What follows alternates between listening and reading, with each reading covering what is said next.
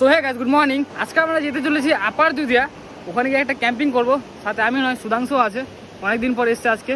ও প্রায় 8 মান্থ পরে ব্যাক করেছে আমার সাথে, আজকে সাইকেলিং করছে। এই যে আমার বাহাদুর, আর এই যে আমার সুধাংশু বন্ধু সুন্দরী। যাই হোক, এই যে ক্যাম্পিং করবো, যা যা লাগে তারা সব কিছু নিয়ে নিয়েছি ক্যাম্পিংয়ের জন্য। আজকে আমি বাহাদুর আর আমার বন্ধু এই যে বাহাদুরের ক্যাম্পিংটা এখানে করবো না, কারণ জায়গাটা ঠিক নেই। আমি তারা এখানে কিন্তু এখানে নতুন কিছু বানিয়েছে, দেখো পিকনিক স্পট বলে। এখানে যারা তোমরা আসো, এখানে চার্জ কাটছে 10 টাকা করে, 20 টাকা করে, 1% 10 টাকা করে। তো সেই টাকাগুলো দিয়ে এখানে বানিয়েছে। এখানে তোমরা যদি আসো, অবশ্যই বার্থডে সেলিব্রেট বা পিকনিক করতে পারো সানডে করে। চলো যাই হোক, আমরা এখন আছি তারা এখান থেকে যাবো আপার দুধা। আর আপার দুধা প্রায় 27 কিলোমিটার ডিস্টেন্স আপার দুধা বাগডোয়া থেকে। প্রায় আমরা 12 কিলোমিটার ক্রস করে ফেলেছি, আর মাত্র অল্প কিলোমিটারে বেঁচে আছে, এগোতে হবে। আমরা এখন তারাই, ঠাটা পড়ে রোদ্দু, তার মধ্যে এত সুন্দর ভিউ। আর এখানকার নদীর জল পুরো শুকিয়ে গিয়েছে, কিন্তু দেখতে খুব সুন্দর লাগছে। দেখো,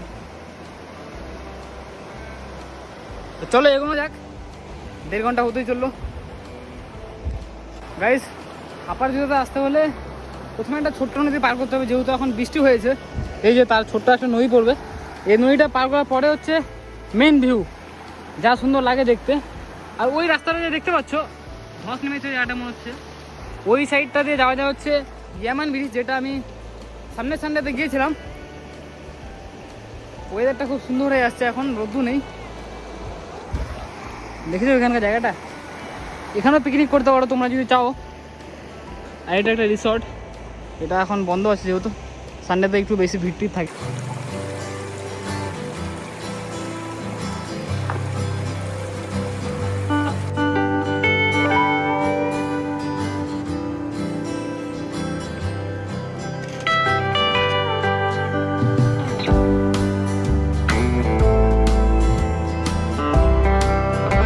গাইজ, আমরা এখনই পৌঁছানো আপার দুধিয়া মেন জায়গাটায়।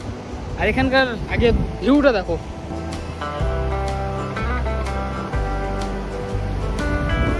কত সুন্দর। আর ওই যে উপর দিয়ে যাওয়া যায় ইয়ামান ব্রিজের রাস্তা দেখাচ্ছে। ওই যে ট্রেনটা ফটাফট লাগিয়ে দিই। সুধাংশু এখানে ট্রেন রেডি করছে।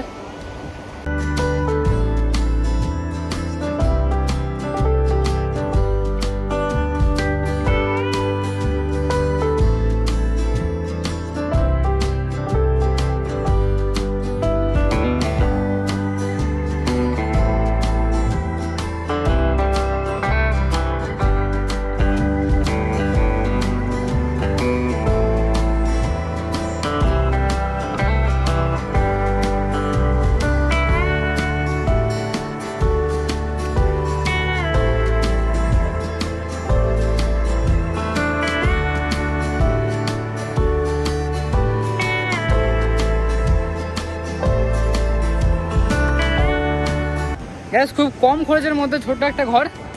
এই যে পুরো লেভেলে গরম গাইস, পুরো নোংরা হয়ে গিয়েছে এখানে।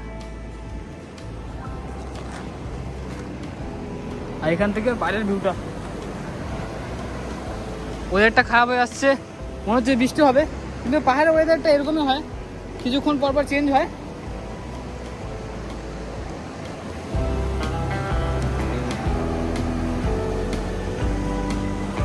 গাইস, ঘোরার ইচ্ছে করলে কোনো টাকার প্রয়োজন হয় না সেরকম একটা। সাইকেল থাকলে অবশ্যই তোমরা সাইকেল নিয়ে বেরিয়ে যাও বন্ধুর সাথে। এই যে যেমন এই যে ভ্যামনা বন্ধু, যাই হোক অনেক কাজে দেয়। কিন্তু আমরা টেন্টটা ওখানে লাগিয়েছি, আমরা এখন বসে আছি বৃষ্টি হচ্ছিলো বলে। তার সাথে চিপস আর ছুটি তো সব খেয়ে নিয়েছে, দেখো অল্প বেঁচে আছে, খেয়ে নি। ওই সাইডটা দেখা, ওই সাইডে দেখা, ওই সাইডটা খুব সুন্দর লাগছে একটু। ওই সাইডটা খুব সুন্দর লাগছে। আর ওই রাস্তাটা দিয়ে যাওয়া যায় ইয়ামান ব্রিজ, ওটাও খুব সুন্দর একটা জায়গা।